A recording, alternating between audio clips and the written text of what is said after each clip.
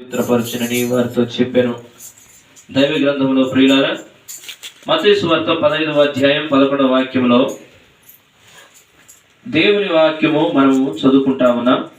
జన సమూహమును పిలిచినాడు, మీరు విని గ్రహించుడి అని చెప్పినటువంటి మాటలు మనం చూస్తా ఉన్నాం. నోట పడినది మనిషిని అపవిత్రపరచదు గాని నోటి నుండి వచ్చినదే మనిషిని అపవిత్రపరచునని వారితో చెప్తూ వచ్చినారు. ప్రియులారా, ప్రజలందరూ కూడా అక్కడ ఉన్నారు. జన సమూహం అందరూ కూడా ప్రభు మాటలు వింటా ఉన్నారు. అయితే నీవు నేను మనము కూడా రాత్రి వేళ సమయంలో దేవుని మాటలు వినడం కోసం చేరి ఉన్నాం.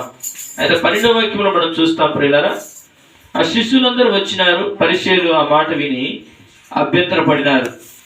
అభ్యంతరపడి ఇది నీకు తెలియనా అని ఆయన అడుగుతా ఉన్నారు. పరలోకమందున్న నా తండ్రి నాటిని ప్రతి మొక్కయు పెళ్లిగింపబడను, వారి జోలికి పోకుడి, వారి గుడివారికి త్రోవ చూపువారు.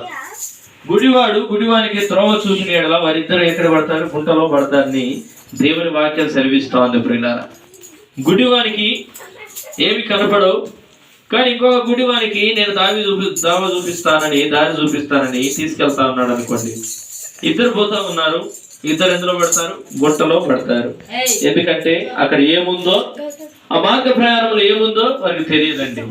అందుకే దేవుని వాక్యంలో తేటగా మనకు వాక్యం చేత మనము దేవి హెచ్చరించబడతా ఉన్నాం. మన ప్రభు అయిన యేసుక్రీస్తు ప్రభు వారు సజీవుడైనటువంటి దేవుడు. దేవునికి స్తోత్రం, హల్లెలూయా. ఆయనే పరలోకానికి మార్గమైనటువంటి దేవుడు అయినాడు. ఆయన నమ్మిన వారు ప్రతి ఒక్కరు కూడా పరలోక రాజ్యం చేరుతారని దేవుని వాక్యం ద్వారా జ్ఞాపకం చేస్తా ఉన్నారు. అందుకే 15వ వాక్యంలో చూస్తాం ప్రియులారా, పేతురు అడుగుతున్నాడు. అందుకు పేతురు, ఈ ఉపమాన భావము మాకు తెలుపుమని యేసుక్రీస్తు ప్రభువుని అడుగుతా ఉన్నారు. అప్పుడు ఆయన అంటున్నటువంటి మాట ఏంటంటే, ప్రభువారు మీరును ఇంతవరకు అవివేకులై ఉన్నారా? నోటిలోనికి పోవునదంతయు కడుపులో పడి బహిర్భూమిలో విడవబడను.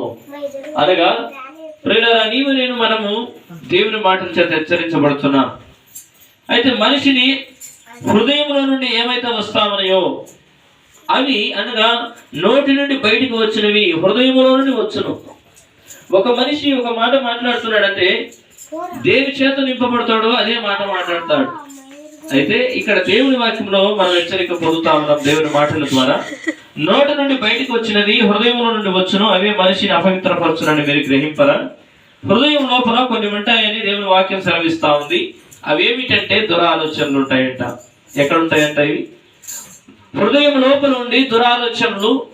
అవి దురాలోచనల ద్వారా మనిషి ఏం చేయబడతాడంటే బయటికి వచ్చిన ప్రతి మాట మనిషిని అపవిత్రపరుస్తుంది. దురాలోచనలతో నింపబడిన వ్యక్తి ఏం చేస్తూ ఉంటాడు? దురాలోచనలే చేస్తూ ఉంటాడు. ఇంకొక మాట అక్కడ రాయబడింది ప్రియులారా, నరహత్యలు, వ్యభిచారములు, వేశ్యాంగములు, దొంగతనములు, అబద్ధ సాక్ష్యములు, దేవదూషణలు హృదయముల నుండి వచ్చును. ఇవే మనిషిని అపవిత్రపరచును గాని చేతులు కడుగు కొనక భోజనం చేయటం మనిషిని అపవిత్రపరచదని చెప్పాను. ప్రియులారా, భోజనానికి కూర్చున్నారు, చేతులు కడుక్కోకుండా కూర్చున్నారని మీ శిష్యులు చేతులు కడుక్కోకుండా కూర్చున్నారని భోజనానికి అని తెలియజేస్తా ఉన్నారు. కానీ ప్రియులారా, ఇక్కడ శరీరంలో